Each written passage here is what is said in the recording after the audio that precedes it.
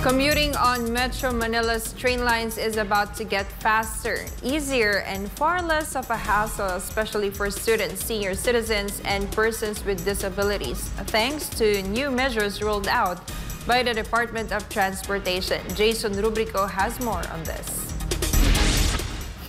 Transportation Secretary Vince Dizon says commuters entitled to the 50% discounts, students, seniors, and persons with disabilities or PWDs, no longer need to fill out forms at LRT1, LRT2, and MRT3. Showing a valid ID is now enough to claim the fare cut.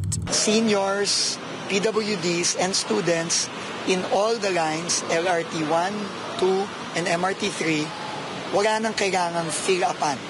Papakita lang nila yung kanilang mga ID, senior citizen, PWD, at student ID, at dire-diretso na sila. So napakalaking ginawa nito para sa mga beneficiaries natin ng discounts. No? The transport chief added that the Department of Transportation, or DOTR, will work with the Commission on Audit to digitize the process of gathering passenger information for discounted fares. Dizon also announced that personalized student beep cards will be available starting September, in line with the President's push to make student travel faster and more convenient. With a student beep card, students can skip long queues to get their 50% discount on all train lines. The card will bear the student's name and will be valid for 1 year.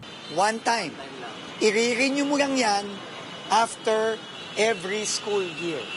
Meaning, after 1 year, hindi nagagana ito. Kailangan mong bumalik at kailangan mong ipakita ulit yung iyong valid student ID for the next year para makakuha ka ulit ng panibagong student beep card. For senior citizens and PWDs, white beep cards with automatic 50% discounts will also be available. Starting September, these can be printed and issued instantly at ticket counters, unlike the previous 5 to 7 day waiting period. To meet demand, an additional 300,000 regular beep cards will be distributed to passengers next week. Sinimulan na namin mag-deliver ng beep card sa tatlong linya, LRT1, LRT2, and MRT3. So makukumpleto namin ng 300,000 pieces within the week. We expect normal na ang beep card distribution.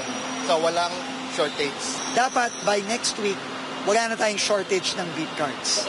The transport chief also warned syndicates hoarding beep cards and reselling them above the suggested retail price, saying the DOTR is coordinating with the National Police to crack down on such illegal activities. Winawarningan ko na sila. Kung sino man ang mga ginagamit nitong mga sindikatong to, pasensyahan tayo kasi pag kayo nahuli, kulong kayo. Kulong kayo immediately. The DOTR will also work with online selling platforms to shut down groups involved in the unauthorized sale of beep cards. For God and my beloved Philippines, I am Jason Rubrico, SMNI News.